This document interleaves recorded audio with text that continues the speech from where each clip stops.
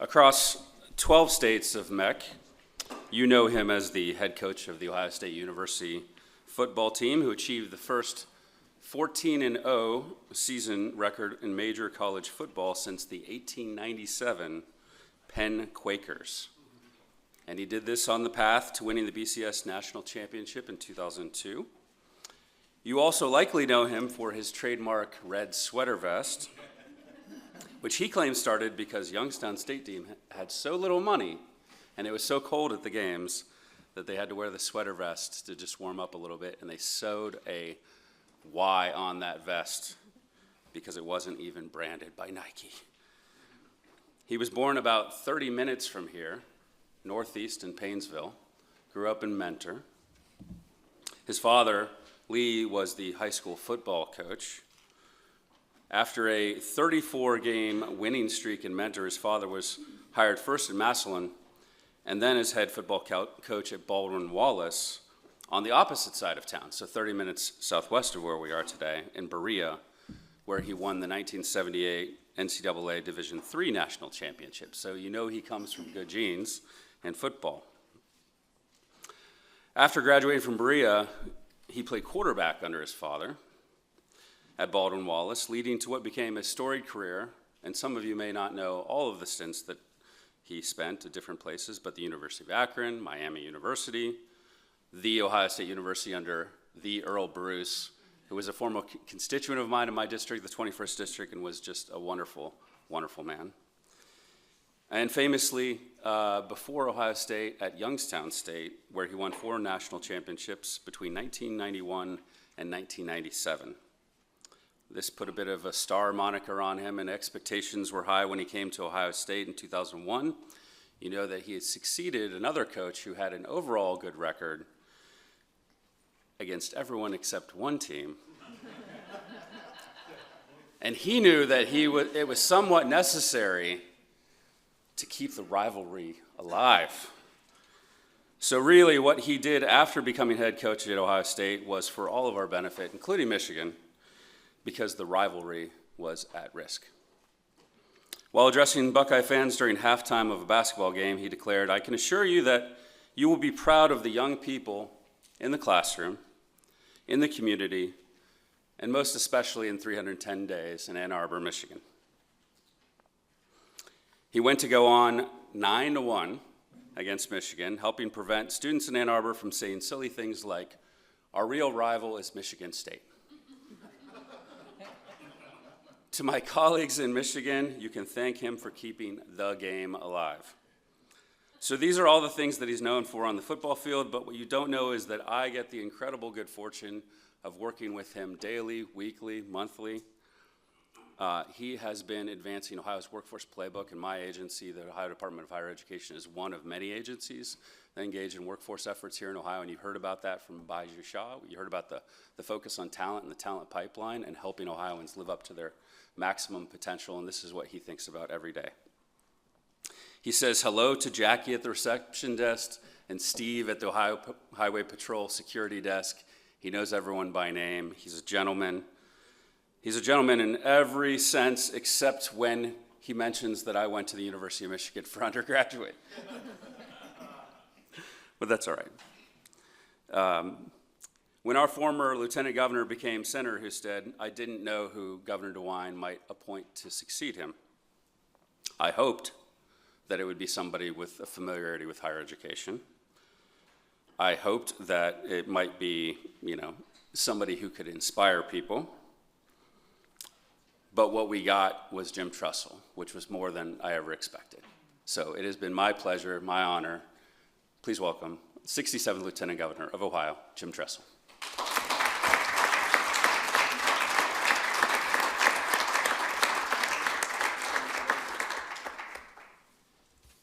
Thanks so much, Chancellor Duffy, and he took half my time. He told me I had to be brief and be seated and be gone, but it's really fun to be here with you, and I appreciate you adjusting. I was originally scheduled to be with you last night, and one of the many tasks that the governor has asked me to take part in is he said, I think we need to challenge the youth of Ohio from a health standpoint. And he said, I want you to create a fitness challenge. Now, this was back in like June. And I said, well, okay, we'll get a group of educators together in Department of Health, Ohio Department of Higher Ed, Department of Education and Workforce. We'll get teachers and principals of the K through 12 and all that. And like we do in higher ed, we'll bring you something in about a year. And he said, no, I want it this fall. And so we went to work and we put a fitness challenge together with the idea, looking out here, none of you are quite my age, but when I was in third grade in gym class, we played dodgeball. It was great. In fourth grade, President John F. Kennedy decided that America was soft, and he created the President's Fitness Test. And so in fourth grade, we joined the Army. And we started climbing ropes to the top of the gym, which I never made it there, running mile runs and push-ups and sit-ups and so forth. And that lasted in America for 2 or 3 decades, and it kind of fizzled out after the trauma was realized that it imposed on some of us. And so we decided, well, we're not going to do a President's Fitness Test. We're going to create a fitness challenge, and we're going to make sure that whether you're in a wheelchair or you need adaptive work or whether you're a budding athlete that loves to be active and so forth, and everything in between, we're going to create a challenge for you to become the best version of yourself you can be. And we're not just going to make it from a physical standpoint. It's going to be nutrition related, rest related. And so we put together a thing with all these teachers and the departments and so forth, and thought, well, we're going to have a pilot this fall.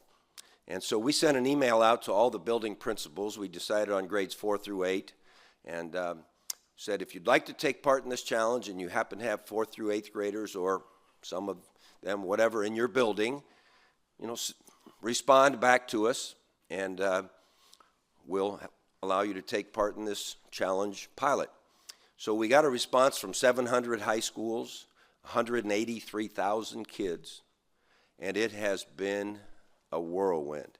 We have had so much fun. We got a lot of our former student athletes from Ohio State, men and women, created all these instructional videos on our YouTube channel, and we've been doing assemblies and this and that. And someone came up with the bright idea here at the end of this pilot challenge, we should recognize the young people in each quadrant of the state for taking part, and how could we do that? And said, well, some of our mid-major schools have these midweek football games, and last night happened to be University of Toledo versus Northern Illinois. And so we thought, well, we'll invite the Northwest Ohio kids that participated, and we had like 250, 300 kids screaming and yelling. They thought they were on national TV, which they were. And so because of that, I asked Mike if I could kind of switch till the morning, and you were so kind to allow me to do that. And so I was with screaming 4th through 8th graders, freezing my off until about 10 o'clock last night, and happy to be with you here today. And because, as Mike will tell you, my passion is, how can we figure out how we can be a great person, a great institution, a great entity for the needs of our states, for the needs of our young people, for the needs of business and industry, for our country and all the rest. And we spend every day trying to figure out how can we play our position. And I so appreciate, because I've been in higher ed for 48 years, I was happily retired in February when the governor asked if I would take over this lieutenant governor position for 18 months. And I said, well, Mr. Governor, 2 things. One, I'm kind of happily retired, and I don't even know what a lieutenant governor does. And he said, whatever I tell you to do. So, okay, I understand that. And he said, but I really specifically want you to work on education and workforce. I know that's your passion. That's what we did as teachers and coaches, and we were just trying to prepare our young people for the rest of their lives in a changing world and seeing how they could reach their full potential and become a part of a great state or a great country and a great world. And so I said, you know what? I'd be happy to do that. I happen to know the chancellor. I worked with him when he was in our General Assembly and knew his passion, and had many phone conversations with him, talking about, what is it that we can do in higher education, as I spent 9 years as a president. And there are so many opportunities right now. I think especially in the region where, I guess we call it the MEC. Is that right? Silent H. See, I'm coachable. Mike said, don't screw up the name. It's MEC. But I think the pendulum swings in human history, right? It just does. And I think right now, I can speak specifically on Ohio, there are so many great opportunities here in our region. And I think probably the key is going to be, not are we going to have many, many opportunities to make a huge difference in our nation, but are we going to be able to produce the workforce that can take advantage of those opportunities.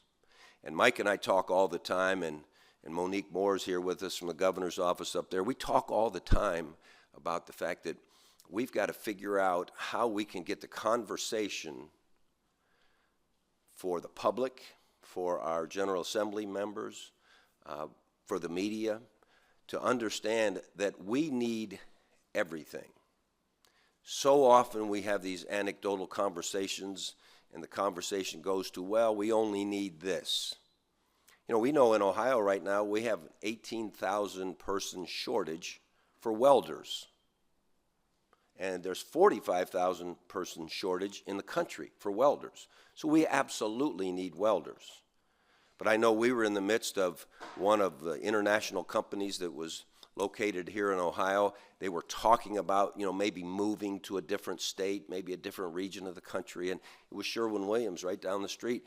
And it came down to the fact that we needed to assure them we were going to be able to turn out in this region of the country enough PhDs in chemistry and everything in between. And Mike and I talk all the time about we have to do a more effective job of having the conversation be that we need to produce every single part of the workforce and not overcorrect in one direction or the other, or, oh, no one needs to go to college anymore. Well, we know that's not true. We look at our state. I don't know about all of yours, but if you go to our Ohio Means Jobs, which is where all the postings are for the whole state of Ohio, I think it's somewhere in the neighborhood of 75% of all the jobs that are posted that make $50,000 or more, which isn't millionaire status, needs a 2-year or a 4-year degree. 68% of them, the requirements show a 4-year degree or more. And so I'm not sure that conversation is understood necessarily by the rank and file, by all of our General Assembly members, and so forth. So we really feel as if part of what we're trying to accomplish in our last, I guess we're down to 14 months in our administration, is to do the best job we can possibly do, raising the awareness of all the extraordinary opportunities we have in a variety of fields, and we need them all. All of us that were on college campuses know that every accounting firm came into the president's office saying, we don't have enough accountants. And they came in and they said, we don't have enough mechanical engineers, or we don't have enough nurses. Or what we turn out, there is a huge need for. But sometimes the popular opinion or the rhetoric that happens in the coffee shops is that, what higher education is turning out, we don't need quite as much as we used to. And that's factually not true. And so we've got to make sure that we do a good job of serving the folks that we serve. And I was just reading an article. It was by a guy named Robert Greenleaf. And I shared this with our Inter-University Council, which is our 14 public universities, 4-year schools in Ohio. And I was sharing with them that Robert Greenleaf talked about if you really want to do a great job being a public servant, you really have to be really good at three things. And the first one, he said, is that you have to be a great historian. You have to study the complex design of how we got to this place. What were the decisions made? What was the rationale for the decisions? Why did we make these decisions? What were the results of these decisions? What is the history? And when I was reading the article, I thought, I spent most of my time in coaching, and I thought, man, that makes really perfect sense. We spent most of our time watching film of our practices to see how we got to where we were, of our past games, of our opponents to see what the complex design of how they got to the point they are. And that was so critical. We had to know our history. And so we have to do a good job of really thinking back. Higher education has done a lot of extraordinary good things, made a lot of good decisions, but perhaps there's some decisions we've made that, if we had to do that over again, maybe we would think it through a little bit differently. And I think it's so important that we think about how can we become more efficient. My biggest takeaway of being a lieutenant governor, going from just having 100 student athletes and a dozen coaches to 12,000 students and 1,500 employees, it got more complex. But now, as lieutenant governor with 12 million people, finite amount of resources, a giant amount of needs, it's complex. The decision-making, the efficiencies, the making sure we've learned from history is so critical. The second thing that Greenleaf said in his article is after you've really done a thorough job of being a historian, now you have to understand contemporary analytics. What's going on today? As we studied history, we didn't know anything about AI. That wasn't part of the historical study. But the contemporary analytics are what they are. I know in our state, the demographics for our four-year schools is not what it was in 2010. The conversation about should I go to a four-year school isn't as strong as it was in 2010. We have to understand what are the contemporary analytics so we can make the decisions based upon what we've learned and really what's going on now. And again, I reflected back to my coaching, and I thought, well, that makes perfect sense. We were getting ready for a game. We watched ourselves all the way through our practices and everything and the games we had played before. So we studied our history. We were learning more about ourselves. We were maybe fixing some of the great, brilliant decisions we made that weren't quite as good as they could have been. And then we were getting ready to play that game, and the contemporary analytics were, here's who we are right now, here's the landscape, here's who the opponents are, because we've studied their film, we've tried to learn their history, and now we've got to make some decisions based upon what we learned and what's going on right now. And then the last thing, which to me made perfect sense, is Greenleaf said, the third thing you have to do to be a great public servant is you have to be a great prophet. P-R-O-P-H-E-T. You have to be a great prophet. You have to make decisions based upon what you've learned in history, what's going on right now. You have to have your eyes wide open to what's going on right now, and now we have to make decisions so that when we look back and are studying history, we'll say, that was a good prophet. That was a good decision. And again, that made so much sense to me. I thought, it's exactly how we went into a game. We studied all that history. We said, okay, here's where we think we are right now. Here's where we think our opponent is right now. We had a game plan, and then we went and played the game.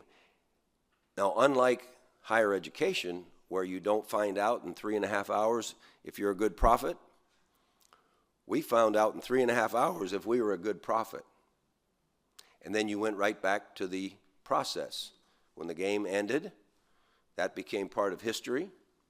The contemporary analytics changed, because so many of the contemporary analytics have to do with how people are thinking and feeling. So critical. And so I guess my charge to all of us who are passionate about what's the impact higher education has to have is we've got to be great historians, be honest with ourselves about how we can be more efficient, think about what's happening today, be crystal clear. Here's what's going on today. We can't sugarcoat it. And then make really good decisions so that someday when they're back here in the MEC conference in 2050 or whatever, they'll look back and they'll say, you know what, back there in 2025, there were some great decisions made so that higher education could play its role in us being the best we could be collectively, and all of the young people and all of the business and industry that we serve could reach their full potential. That's what we think about all day long. It's tedious. I know how hard you work. I watch Chancellor Duffy. I mean, the biggest mistake you make is you ask Chancellor Duffy a question. I say, hey, Chancellor, do we have any data on such and such? And then I've got a 73-page report. But I know how hard you work, and I know how you're trying to figure out where we've come from, what's happening right now, and I know we're trying to put together the game plan for how we can provide that workforce, how we can help young people, mid-career people, whomever, reach their full potential and make a difference in our region, in our nation, in our world, and in our society in general. So thanks so much for what you do. It's nothing more fun than a great challenge. I mean, there's nothing more fun. I mean, to get excited about how can we figure this out? And that's why you're here. That's why you're leaders in the field. We appreciate it so much, and anything we can do from Ohio, we're excited that you're here. You're getting to go to the Rock and Roll Hall of Fame. I mean, life is good in Cleveland, Ohio. Sun's shining. It's great in the Buckeye State. Thanks so much. God bless.